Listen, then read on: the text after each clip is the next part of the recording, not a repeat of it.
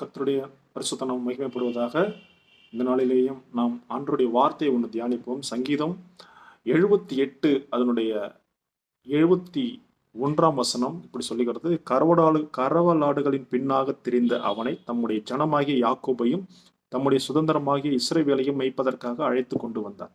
பாருங்க, தாவீதுங்கிற ஒரு மனுஷனை குறித்து எல்லாருக்கும் தெரியும். இன்னைக்கு நம்ம ஆண்டவராகிய இயேசு கிறிஸ்து நம்ம ஏற்றுக்கொண்டிருப்போம்.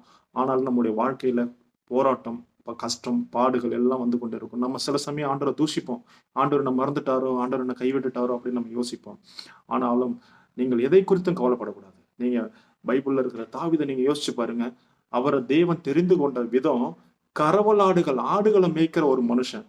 அந்த மனுஷனை கொண்டு ராஜ்யங்களை சுதந்திரிக்கும்படி சமஸ்த இஸ்ரவேலுக்கும் தேவன் அவனை ராஜாவா மாத்திருக்கிறாருன்னா, இன்னைக்கு நீங்க படுகிற அந்த கஷ்டங்கள், நீங்க படுகிற அந்த உபத்திரவங்கள், நீங்கள் படுகிற அந்த பாடுகளை மனுஷன் பார்க்கல, தேவன் உங்களை பார்த்து கொண்டிருக்கிறார்.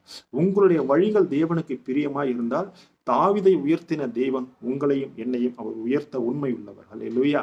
அதனால நாம் எவ்வளவு போராட்டம், பாடு, கஷ்டங்கள் நமக்கு வந்தாலும் நாம் தேவனை சார்ந்திருப்போம். தாவீதை உயர்த்தின தேவன் உங்களையும் என்னையும் உயர்த்த அவர் உண்மை உள்ளவர். கர்த்தர் உங்கள் யாவரையும் ஆசீர்வதிப்பார். ஆமென்.